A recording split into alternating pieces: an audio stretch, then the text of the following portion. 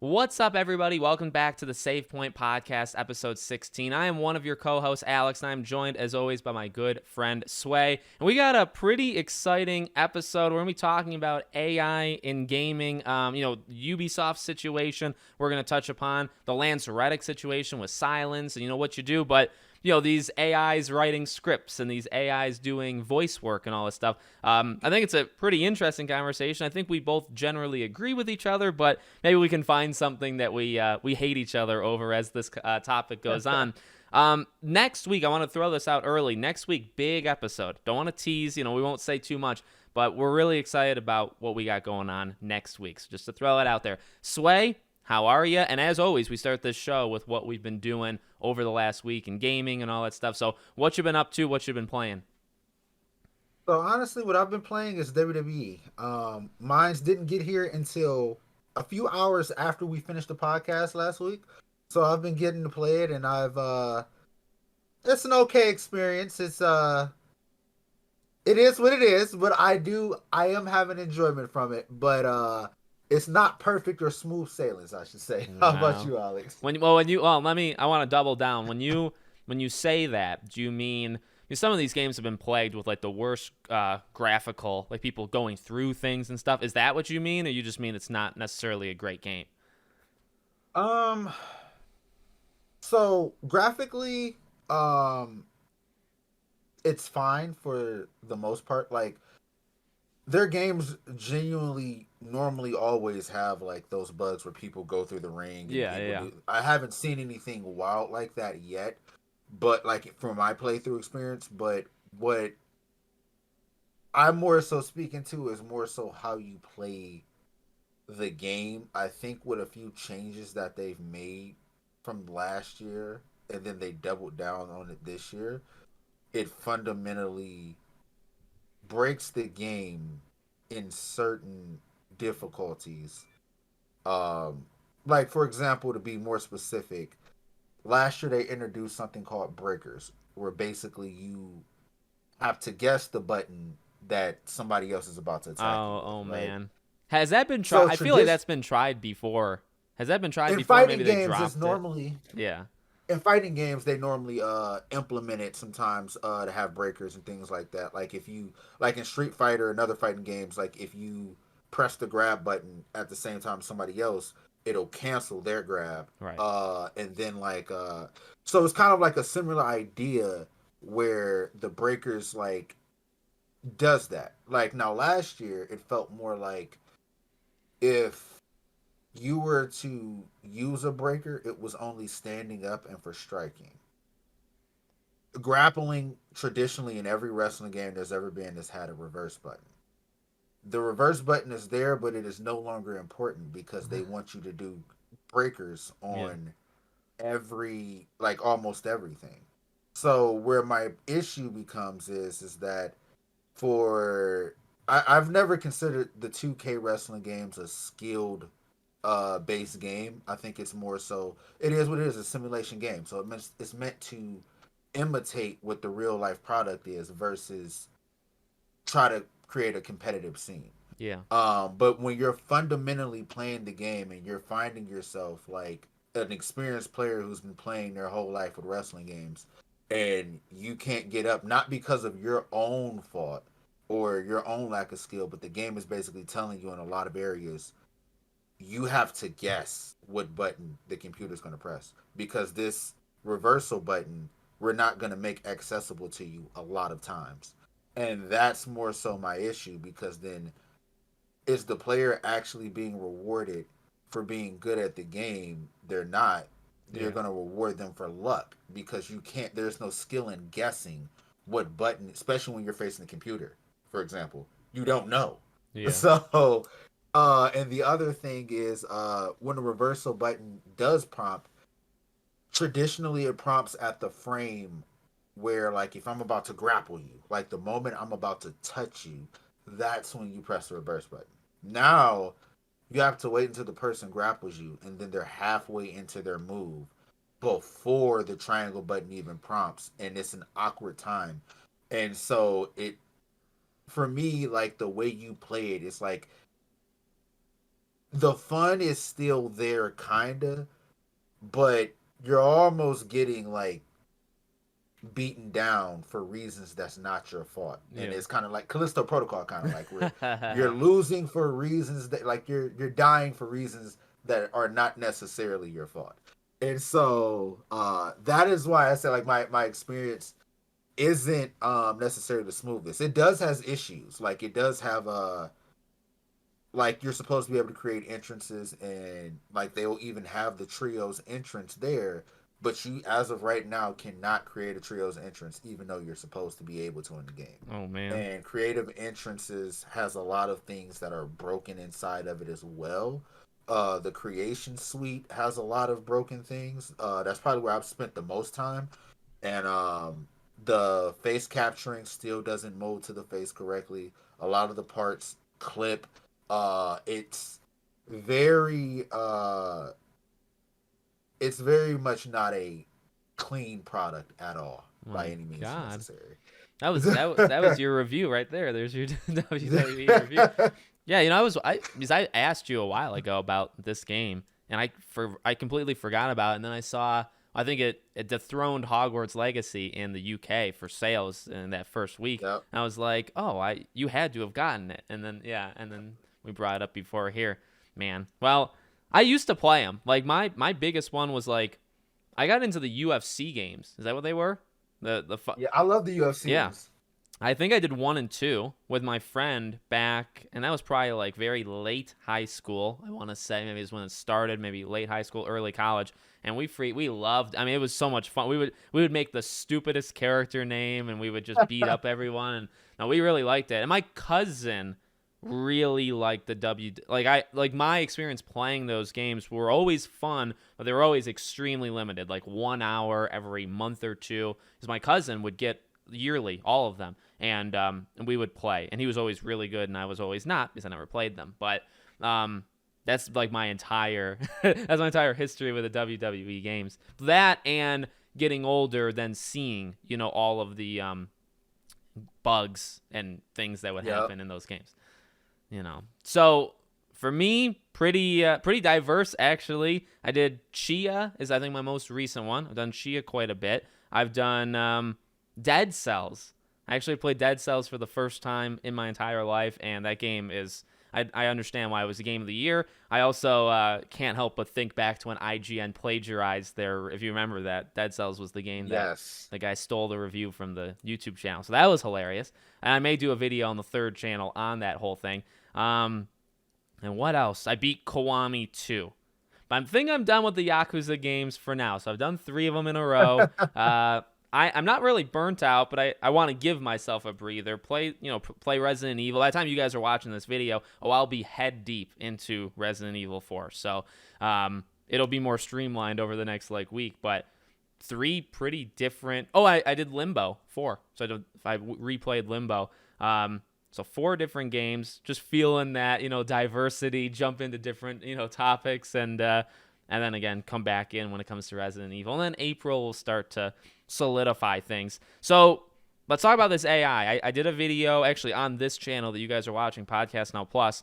I talked specifically about the Ubisoft one. I want Sway's thoughts, and we talked about it a little bit off camera, but we have the Ubisoft situation, so maybe let's tackle that. And I do want to get to the Silence and Lance Reddick and the voice kind of, because that's been a thing for a while. This Ubisoft thing I feel like came out of nowhere. Like it just To me, yeah. they announced it, and they and I guess script writing. Well, there's a lot of things online of the chat, whatever it's called, that does the script writing and stuff, or AI writes the script. So it was probably only a matter of time before it became a gaming thing. So where do you stand on it? This is the Ubisoft AI where it writes those bark commands, which is basically 1-2 line, talk between characters just in an open world. So where are you on that? Honestly, I'm leaning more similar to where you're at. I believe in the context that Ubisoft is claiming to use it for. In that context, is perfectly fine because I believe one, you will have a larger amount of dialogue. If we're being honest, a lot of players always say when there's an open world game that they want the world to feel lived in. Yeah. There's, I would argue, probably nothing more that would make a world feel lived in if you have civilians with multiple, like upon multiple lines of dialogue, uh, that they can give you just off of, if that's what that is going to bring to it. I mean, it can't hurt it at all. It can only enhance it. Yeah.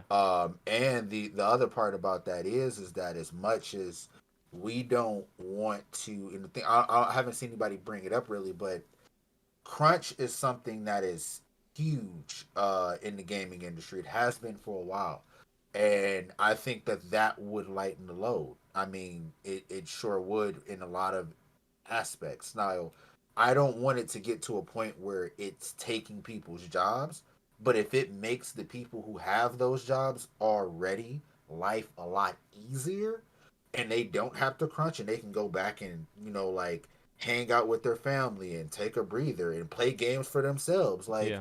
uh I can only see that as a good thing. Like, I think we're all programmed to kind of expect the worst because the industry has given us the worst. Yeah. But um, if you're just looking at the positives that it can do, I think that this can be a good thing if their intentions are 100% intact with what they're saying. Yeah. Then I'm 100% on board with that. Yeah. No, that's well said. I mean, like, and, my argument had always been, if this takes somebody's job, then what was that person's job, in the first place, right? If your job, Mm-hmm. and no, we talked about it, you and I off camera, maybe like a rock star, maybe like these really, big boys, I assume, I don't know, but they have hundreds of employees, so I imagine, I'm sure they have a couple people that are writers that are literally just made to write like the open world dialogue, just things that you hear. Some of these games are quite good, and then I'd say, though, that's the minority. There's the elite that do it well, and then there's everybody else that doesn't have the, probably, I mean, it's not probably talent, I'd argue. It's probably just resources. They don't have the time, they don't have the people. But if there's one of these smaller things, or a Ubisoft, if there's a Ubisoft writer that works on Watch Dogs Legion, and their job was to write these one-sentence lines, then they wrote, what, 30 to 50 of them? You paid them for years to write that? So, like, and it maybe comes across so harsh, but my point is, I don't think that job even exists. So I'm not too, I guess, worried. Probably isn't I feel like it shouldn't take a job, right? I don't know if it's like a worry or not worry, but having AI do that, it should not take someone's job, because nobody's job should be that in the first place. And now I talked to you right before we went live. This is something I didn't say in that video. Something like Hogwarts comes to mind, because in Hogwarts there's actually extremely little talk, except for when you do hear talk, it's stories. It's I think it's a howler. Is that what, whoever the paper that talks to you? Yeah. Is that what it's called? Like, it'll be a whole story. It'll be, I don't know how many lines. I want to say 10 to 15, let's say, right? Back and forth between these two. That should be a writer. So I think the AI should, be at most a couple lines back and forth between characters in a world. And then the writers, while they don't have to do that anymore, I think, honestly, it opens them up to have better quality side missions. A lot of games don't have good quality side missions. Main missions are probably separate in general, but those things, like in Hogwarts, I really do believe is a good example, right? Because if you can have AI write these simplistic, just to, like you said, just to make it feel alive. Their job is to make everything feel alive, because writers can't do it to that scale. So AI makes everything alive, and then what writers can do is maybe they take some of the AI's writing and they say, let's create like a story. Let's create a 35-second story that if you're walking by and you stand there, you'll hear this 30-second story between these characters. I think that allows writers to do that, like, much I more think so. than they, you know what I mean? That's where I stand. I think it's like you said, that it allows writers, it frees them up to do more. And if I feel like, the more people kind of calm down and just take a level-headed approach, Yeah. you would realize the amount of good things that it can do for these development teams. Because we've been hearing for years about how poor working conditions are. I mean, like even look at anime for example. There's people working on anime who haven't even got to see their family in 10 days or like a Yeah. week or something like that. Like, and it's just like this is the type of stuff that can give those people better working conditions without sacrificing product uh for the company that, you know, like pumping it out on time and things of that Yeah. nature.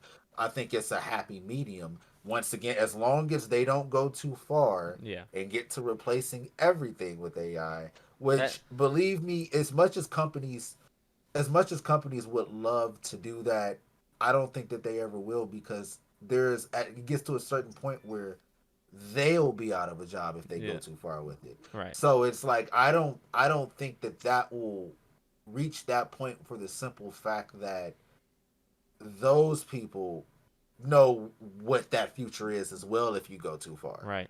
So Yeah, I'm like afraid of those robots that can do like flips in the air as much as everybody else. Like same. like I see this stuff on Twitter, it gets millions of views, and people, and everybody's exactly the same with those videos. The robots that can like pick up wood and lay down like a plank for them to walk across. Like every comment is, "This is incredible," but it's like we shouldn't have it. Like it's horrifying. Like Yes. every single comment is, "Wow, good job, you created a monster." Like that's every single response to those things. So I'm definitely, I definitely don't want to come across like because that is the scary thing. I think Yeah.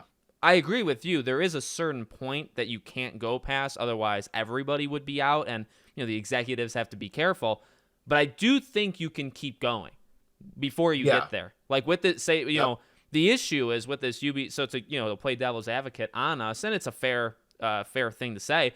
You can keep going and say, well, you really only need writers for main missions. Maybe AI can get so good it can craft Yep. side missions. It can craft every piece of dialogue except for the main mission. And that's where it gets really scary, because I think you can get there before you go too far. I think that is too far, but I think they would think that it's not. So we had some technical difficulties. I'll let Sway explain it in a second. We do want to talk about the voice part of AI before we end this episode. And this really started to hit, well, it hit a couple different times. Darth Vader, right? James Earl Jones was a big one. I'd say with Lance Reddick, it's kind of re-come up, and not necessarily for a good or, like, I don't know if people necessarily agree with it or don't agree with it, but an obvious suggestion of what you can do with his character Silence in future Horizon games is to do AI. Whether or not people like it or not, I think probably most people would say they don't like it, but it's an obvious suggestion that, well, he's such a vital character to Horizon. I mean, you could kill him off, but that, you're losing somebody who's almost as important as like Aloy. He's like second in line. So Sway, where do you stand on, because this has again been kind of like a controversial thing for a few years, I'd say. Where do you stand on people lending their voice to AI, letting AI do voices of characters, going forward? Honestly, I'm torn, because the way I would imagine it would work uh is that either they're going to just have the AI copy that person's voice, but I think that they would need permission from that voice actor. So I know, like, I think Troy Baker was Yeah, a he got while ago. controversy in that. Yep. Yeah, and I know that and I guess it's a person by person basis, because like as much as I didn't like him for that because of the options, when you think about it, it would only affect, like, he would have to give his permission to then lend his voice to be an AI, and after doing that, obviously he would paid for doing it, but how does the residuals work out from there? Like, Right. is it a case of like every time somebody uses his voice for an AI, he gets paid a certain amount off that game? Or is it just, hey, lend us your voice and this one time payment, and we can use it no matter how many times, and we'll just pay you this amount this one time? I don't know how that would work, but the only person I could see that really messing over is the actor or actress that signs over their voice to do that, because then they would be making less money than they'd have potential to just go in and record project by project. So it all depends on, like, really how it's handled. It's a very scary situation. But it, like I said, if it's something where voice actors and actresses have to kind of have like work with them so that their voices can translate to AI, then I would say that that's on them. But if it's a case where they're just like totally making their own voices and they're like making it similar to these voice actors and actresses so that way they don't have to hire them or pay them at all, then I'm very much against that. So it's literally like everything almost is all in execution. Yeah, no, I'm totally with you. I think, yeah, I mean, I think ultimately, if you give your rights over, that's on you. You literally did Uh, it. You need to read the contract and all this stuff. Like, you need to be aware of what you're doing, and you don't have to sign it. I guess it would just be, are they being pressured into it? Is this like a world in the future where like there is that pressure, like everybody's kind of doing it, so you have to do it. It's tough. Like,